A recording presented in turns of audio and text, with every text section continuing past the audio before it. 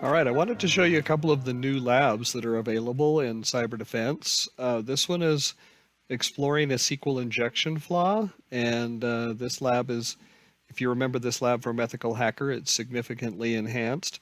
In this case, the student gets a chance to kind of explore what a SQL injection flaw is, so we'll go ahead and get that started. They're going to be testing their online secure bank and making sure that things are safe there. In case, as we've set up the scenario, obviously it's not. One of the things you can do in our scenarios, which is kind of cool, is you can highlight something that's kind of long that you don't want to type in. You can let it copy to the clipboard and then you can just paste it in. So if you don't want to type mysecureonlinebank.com, you can just do that. So the first thing we want to do in this lab is type in the actual account number and see what happens. So 90369 is the account number for this user. So you click on lookup and it says, hey, good day, Olivia Martinez. Your balance is $10,625, which is pretty cool. And it reminds us to answer question 1. We use the questions in the lab to kind of guide the student through some of these labs that are a little more exploratory. And so those questions help them know where to go. And so in this case, we're checking that they've done this by having them enter the balance. So 625.79 is the balance for this account. So the next thing we want to do in this lab is to begin to investigate how much validation on the input this website is doing. And so we'll type in the number 1 just so we know where we're at. And if we click on lookup, you'll see that it says, oh, you haven't entered a valid account number. So it knows that a one-digit number is not going to be a valid account number.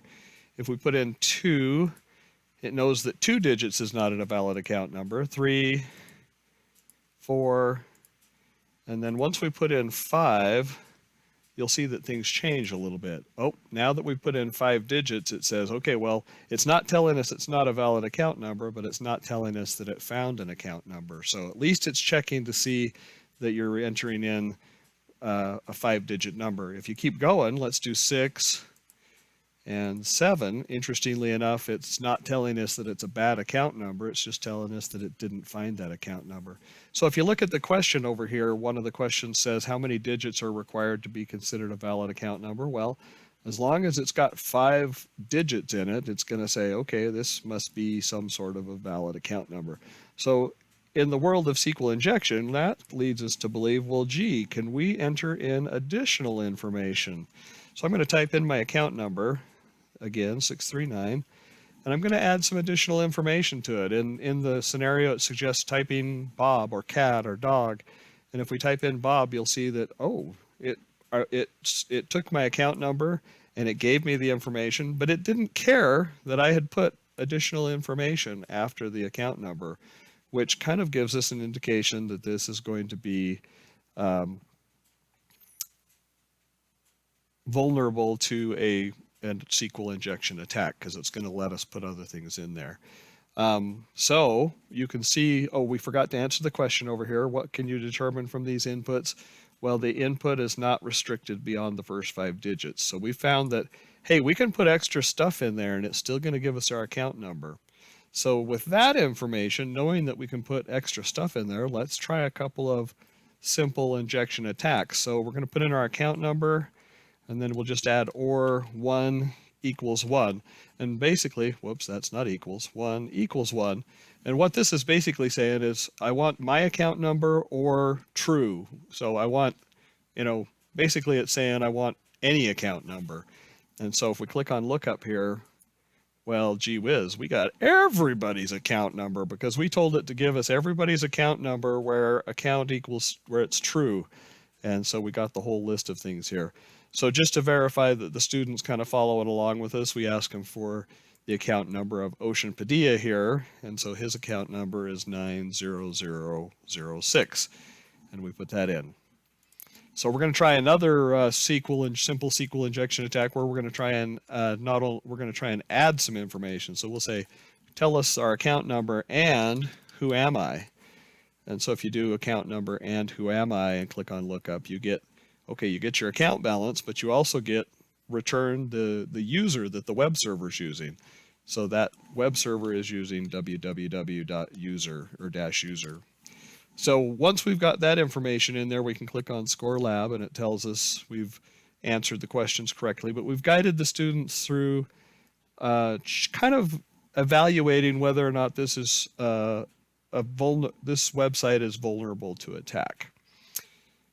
So I'm going to go ahead and close that, and we'll go ahead and jump ahead to the next lab, which is the SQL Injection Lab with using Burp Suite. We're going to do a fuzzer test, and what that means is we're going to use Burp Suite to try, instead of us trying to do this manually, we'll use Burp Suite to, I'm going to go ahead and start the lab. We're going to use Burp Suite to try lots and lots of potential SQL attacks to see if any of them are successful. So, why do it manually if you can have a computer try hundreds and thousands of different possible attacks for you? So we'll go ahead and start Burp Suite here. Burp Suite is a tool that kind of acts as a proxy between your web page and the web server, and it gathers the information, and you can do all sorts of fun things as that web information passes through Burp Suite. Now, we've already gone ahead and set up the browser so that Burp Suite is the proxy. And we'll go ahead and start Burp Suite in the Community Edition. The very first thing we want to do, since we've got the proxy set already, is we want to come into the proxy and tell it to turn intercept off. And what this is doing is it's telling it not to intercept the traffic, but just to let the traffic pass through Burp Suite and watch it. And then we're going to click on HTTP history so that we can see what's going on. And we'll just kind of hold off here. We're going to go ahead and bring up our browser now. And once again, we'll just copy the information so we don't have to type the big long bank name there, My Secure Online Bank. And we'll go ahead and hit enter. So here's My Secure Online Bank popping up here. You can see that the first couple of web requests show up down there. And now let's go ahead and put in our account number, 90342, and hit lookup. We get our account balance back. We're like, hey, that's so cool. Okay, so now down here in Burp Suite, you see this request for the 90342. What we want to do is tell Burp Suite to try lots of different things instead of 90342. So the way we can do that is we right-click here and we select Send to Intruder, and that sends everything about this, the host, the method, and all these things. It's going to send over to the Intruder tab, which is where we're going to do our fuzzer attack. So you can see that already here it's got a target for My Secure Online Bank. And if we click on positions, it shows us this is the web request that was being made. And so what we're going to do in a more complex system, you may have several kinds of requests being made. In ours, we just have the one. And so you would want to clear them. But in this case, we'll just go ahead and say, okay, this is where the request information goes. And we're going to click on add to add some little delimiters there, so that we know this is where the fuzzer attack is going to take place. It's going to insert lots of different things in here and try lots of different possible SQL attacks automatically. So next we'll click on the Payload tab, and the Payload tab is going to give you a chance to see what they're going to be using. So in this case, we've chosen a simple list, and the simple list down here has several different common kinds of things that you would use in a SQL injection attack. We've trimmed it down to 50 for purposes of the simulation, so the student's not sitting here all day. But with Burp Suite, you can actually use hundreds or thousands of these and try all sorts of different common attacks to see if your website's vulnerable. And there's even more, this is a simple list attack. There's even other more complex attacks that you can choose. So knowing what we're doing here, we're going to go ahead and click Start Attack, and it's going to go ahead and continue. It's going to, Burp Suite will take each one of these possible SQL attacks, and it's going to insert that in place of our account number. So here we go. We'll click Start.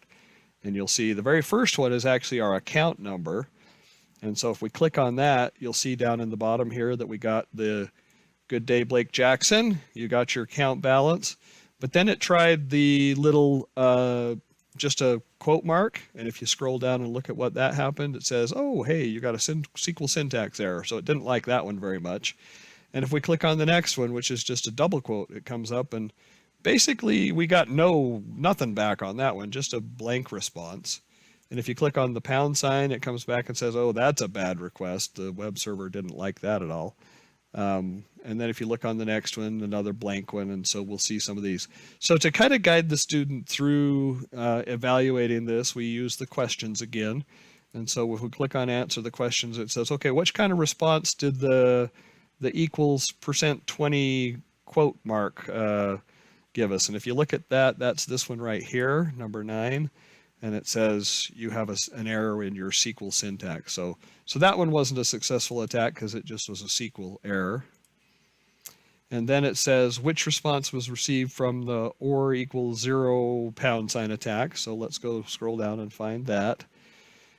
Let's see, it was quote or equals 0 pound sign. So I believe that's this one. And that one says bad request. And so that one was a bad request. And then as you scroll down through these, you'll notice that the sizes of these are different. You can kind of determine which ones are which. You know, the ones that are in the 850 range, they're the SQL syntax ones. The ones that are in the 700 range, they're the blank ones. The ones that are, 728 or so, well, that's a blank one too. But you can see just by the different sizes, you can kind of tell which ones are which. And there's a couple of them that stand out here, specifically the ones that are in the 6,000 range. And if you notice, those gave us the whole database dump, just like we got when we had a successful attack in the previous lab. So these particular ones are the ones that are successful attacks, indicating that your web server is vulnerable to SQL attack. And it lets you know that there's some issues that need to be corrected with that website. So as you scroll down through here, these 50 attacks, there's a half a dozen of them that give you the large, attack successful. And then as you look at the rest, you'll see that there's the various different SQL syntax errors and the different pieces as you go through those. The last question guiding the student says, okay, well, tell us one of the request numbers for one of the successful attacks to let us know that they identified some of the successful attacks. And so here's one here, number 39. So we'll go ahead and type in 39 here, and we'll go ahead and hit score this lab, and it'll come up and tell us that, hey, we got those answers correctly. But the student learns as they go through this that, hey, this is how you are able to automate the checking of a SQL injection flaw, and they're able to see how some of these tools work that allow you to check that in a much more efficient manner than just trying to do it manually. And so I hope that gives you a little bit of a flavor for some of our labs. We try and guide the student through learning the pieces that are important for them to see.